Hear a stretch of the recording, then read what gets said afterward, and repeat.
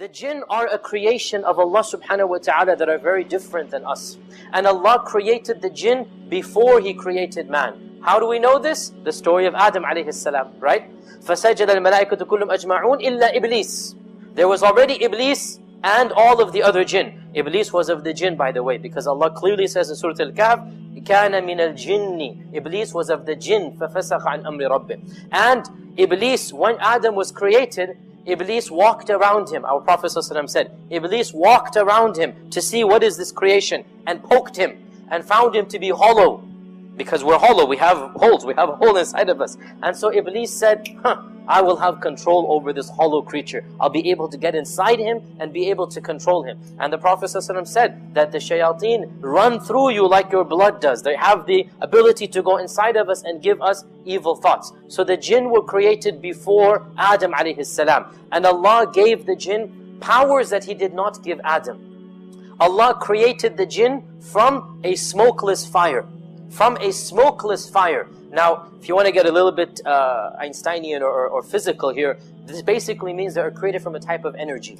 It's a type of energy that is beyond our spectrum of visual energy. You see, light is only one spectrum of energy, right? And our visual light, it's a minuscule fraction. There are many types of energies, infrared and ultraviolet and waves and all of these. They're different types of energy. The shayateen are basically created from something we would call energy. And what this means, because they're beyond the spectrum of our visual energy, they are to our eyes invisible. Allah says in the Quran, إِنَّهُ يَرَاكُمْ هُوَ وَقَبِيلُهُ مِنْ حَيْثُ لَا تَرَوْنَهُمْ.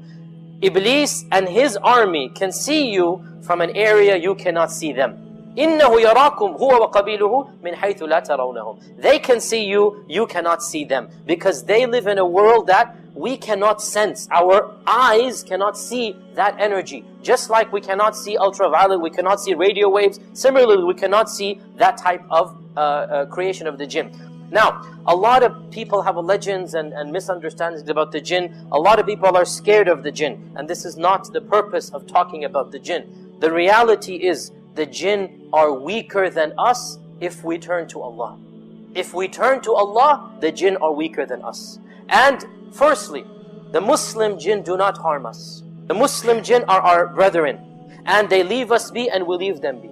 Secondly, the non-Muslim jinn,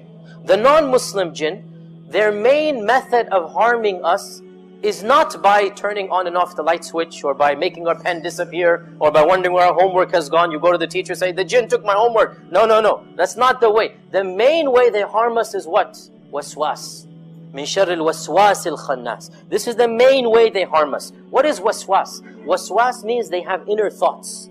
Like they're flowing in our blood, and they will whisper something evil, and they will want us to do something bad. This is the main way they harm us, and we turn to Allah to seek refuge from the waswas. Thirdly, as for the fears that many people have, non-Muslim and Muslim, that there's houses that are haunted and things go bump in the night, we firmly believe that the human soul does not live on this earth, and that we don't see ghosts. We don't believe in ghosts. We don't believe the human soul goes and haunts somewhere that it died. No, this is not true at all. The human ruh goes to the grave where it is, except for the shuhada, they are in the birds in Jannah. Therefore, if there is something that is inexplicable, noises or light, something that is documented, this is coming from the jinn. So we can easily explain the paranormal by saying this is the jinn. Now, why does the jinn do this? Because the jinn finds it funny that you're so scared of it. And the jinn likes to cause us to be misguided, fall into superstition. The jinn basically plays a practical joke on us. And so the mu'min who understands and sees through this practical joke is irritated and not scared. And the mu'min will say, A'udhu billah, Astaghfirullah, la hawla wa la quwwata illa billah, and the jinn will disappear. Because when you invoke the name of Allah, they cannot be in the presence of the name of Allah. When you recite the Quran, when you recite Surah Al-Fatiha, when you recite Ayat Al-Kursi, the jinn disappear and vanish. In fact, even when you recite the adhan, what did the Prophet ﷺ say? It's a funny hadith, and yet it is something that's disgusting about the jinn. That when you say the adhan, the jinns flee away and they break wind. They pass gas. Why? Because they don't want to hear the adhan. They do something sacrilegious. They make fun of the adhan by this sound. Why? Because they cannot bear to hear the adhan. What did the Prophet say? They turn and they run away. They flee. Therefore, we as Muslims need to understand, we don't fear the jinn, not at all. No, we put our trust in Allah and we realize that Allah has created different species, different creatures.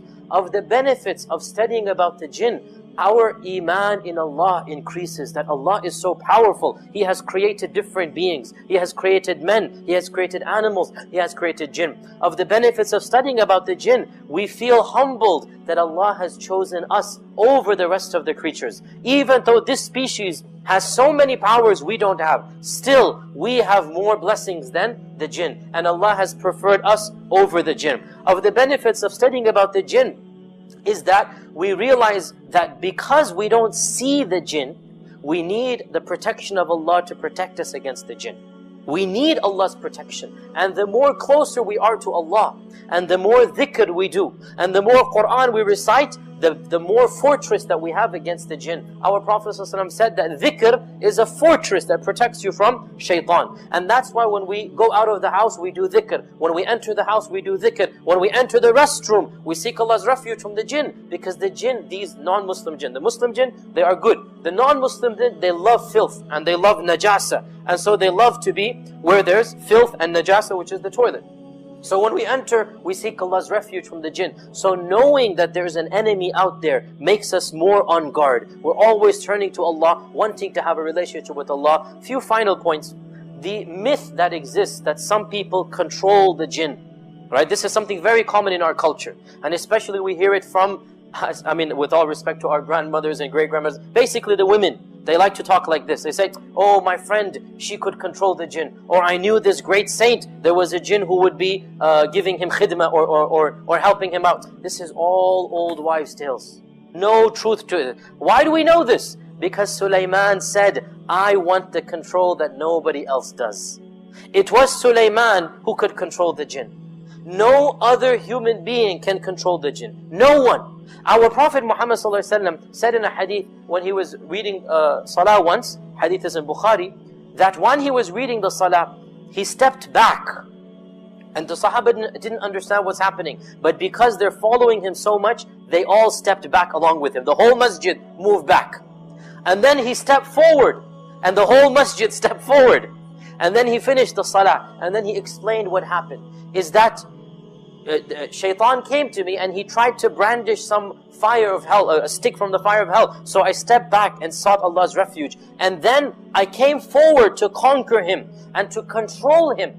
And I was almost about to tie him up and let him be in the masjid so that the children could play with him. But then I remembered the dua of Sulaiman. When he said, قال رب هب لي ملكا لا ينبغي لأحد من بعدي. And so I didn't do this. What this means is the Prophet ﷺ could have had that power. He could have, but out of respect to his brother Sulaiman, right? That Sulaiman wanted something nobody else had, so our Prophet said, okay, I'll let him have it. I won't have this power, right? So this shows us if our Prophet ﷺ voluntarily refused to control the jinn, who on earth can then say, oh, I have control over a jinn? This is not true. Nobody controls the jinn. And one final point that we conclude, inshallah, the issue of black magic, the issue of sihr. The issue of sihr is real. We believe in sihr. Ahlul Sunnah affirm sihr. Sihr is real. What is sihr? Sihr is the magician communicating with the jinn and asking the jinn to do some favors in return for the magician doing a favor to the jinn. The magician does not control the jinn. This is a myth again. Nobody controls the jinn. The magician does not control the jinn. What does the magician do? The magician says to the jinn, I'll worship you. And in return, you do something for me. I scratch my back, you scratch. I scratch your back, you scratch my back. It is literally a transaction. And so the magician has to do kufr and shirk. Otherwise, he cannot be a magician. Every sahir has to do shirk in order to do his sihr. And that's why Allah says in the Quran, وَاتَّبَعُوا مَا تَتْلُو الشَّيَاطِينُ عَلَى مُلْكِ سُلَيْمَانَ وَمَا كَفَرَ سُلَيْمَانُ وَلَكِنَّ الشَّيَاطِينَ كَفَرُوا يُعَلِّمُونَ النَّاسَ السِّحْرَ. Sihr and kufr are linked together. The magician does not control the jinn. In fact, we don't have time for this, but in fact, the jinn controls the magician more than the magician controls the jinn. And this is the common myth that people think that the magician controls the jinn. Not at all. How do you fight the jinn? How do you fight sihr?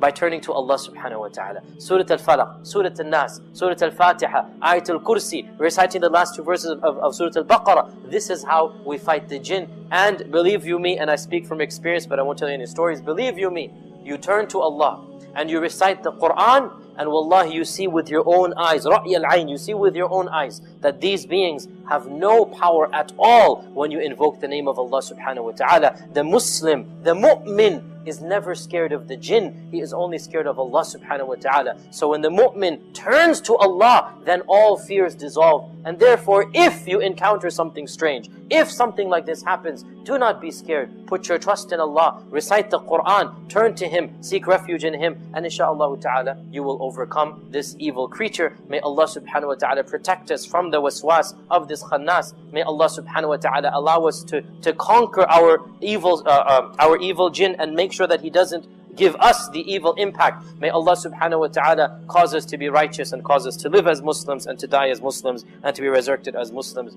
Assalamu alaikum wa rahmatullah.